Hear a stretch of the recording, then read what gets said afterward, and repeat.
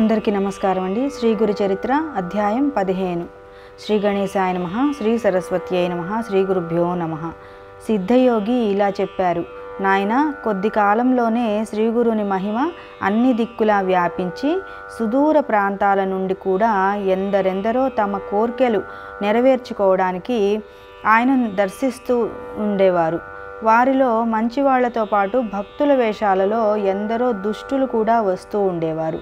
పూర్వము పరశురాముడు దుష్టులైన రాజులను ఓడించి సంపాదించిన భూమండలమంతా దానమిచ్చేసి సహ్యాద్రి పర్వతానికి దక్షిణ దిక్కునున్న కొంకణ దేశంలో ఒకచోట తపస్సు చేసుకుంటున్నాడు.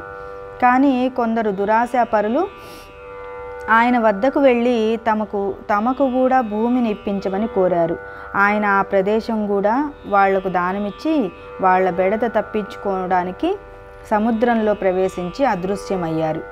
అదే కారణంగా శ్రీగురుడు కూడా వైద్యనాథంలో గుప్తంగా కొంతకాలము ఉండదలుచుకున్నారు. కనుక ఒక రోజున గృహస్థ శిష్యునికిలా సెలవిచ్చారు: ఉపనయనాది సంస్కారాల వలన ద్విజుడైన బ్రహ్మచారి వేదాధ్యయనం చేస్తూ భక్తితో గురువును సేవించాలి. అతడికి పగటి నిద్ర తగదు. దొరికిన భిక్షాను గురువు కర్పించి ఆయన ఇచ్చినది భుజిస్తూ విద్యావంతుడు కావాలి. చివరకు గురువుకు దక్షిణ సమర్పించి సమావర్తన హోమం చేయాలి. అటు తర్వాత గురుని అనుజ్ఞతో ఒక యోగ్యమైన కన్యను పెండ్లాడి గృహస్థాశ్రమ ధర్మాలను పాటించాలి. పుత్రుడు యుక్త వయస్కుడయ్యాక అతనికి సర్వము సమర్పించి భార్యతో కూడా అరణ్యానికి వెళ్ళాలి. తర్వాత గ్రామ్య విషయాలను వదిలి భార్య యొక్క అనుమతితో సన్యసించాలి. సన్యాసికి జపము, భిక్షాటనము, ధ్యానము, శౌచము, అర్చన ధర్మాలు. అతడు స్త్రీ కథలను వినకూడదు. వాహనము లెక్కరాదు, మంచము తాకరాదు, పగలు నిద్రింపరాదు. నిరంతరము ఆత్మద్రష్టయై ఉండాలి. వెదురు, సొరకాయ, చెక్క, మట్టి వీటితో చేసిన పాత్రలు మాత్రమే ఉపయోగిస్తూ దండధారి అయి పగలు మాత్రమే భుజించాలి. సంవత్సరమంతా తీర్థాటనం చేస్తూ 3 పగళ్ళు మించి ఏ గ్రామంలోనూ నివసించక స్థిరచిత్తుడై ఉండాలి. అలా తిరగడానికి శరీరంలో శక్తి లేకపోతే సదా దైవాన్ని ధ్యానిస్తూ ఒక మహాక్షేత్రంలో నివసించాలి.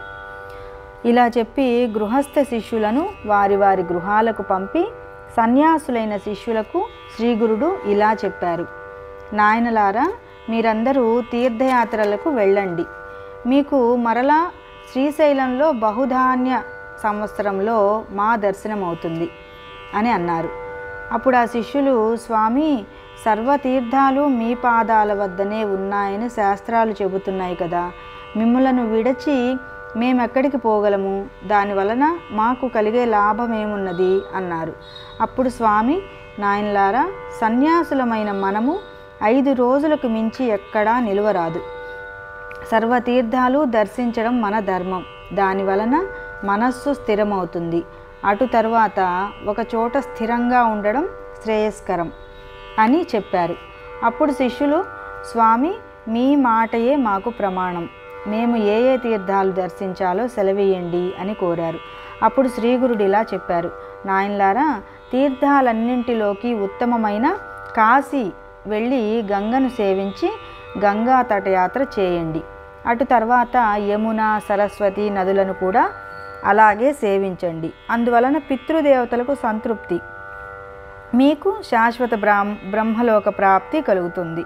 తర్వాత వరుణ, కుశావర్త, శతధ్రు, విపాశ, శరావతి, వితస్థ, అసిక్ని, మరుధృత, మధుమతి, పయస్విని, ఘృతవతి, రేవ, చంద్రభాగ, రేవతి, సరయు, గోమతి, వేదిక, కౌశికి, నిత్యజల, మందాకిని, సహస్రవక్త, పూర్ణ, పుణ్య, అరుణ, బహుద, వైరోచని, పుష్కర, ఫల్గు, అలకనంద మొదలైన నదులలోనూ నదీ సంగమాలలోనూ స్నానం చేసి తటయాత్రలు చేయండి.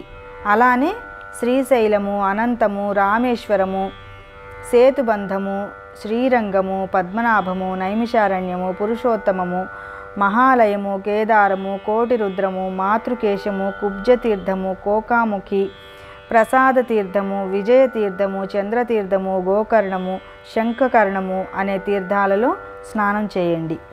అలానే అయోధ్య, మధుర, మాయ, కాంచి, ద్వారక, సాలగ్రామము, శబల గ్రామాలు దర్శించండి. సవ్య మార్గంలో 3 సార్లు గోదావరి తటయాత్ర చేస్తే పాపాలన్నీ నశించి జ్ఞానం కలుగుతుంది.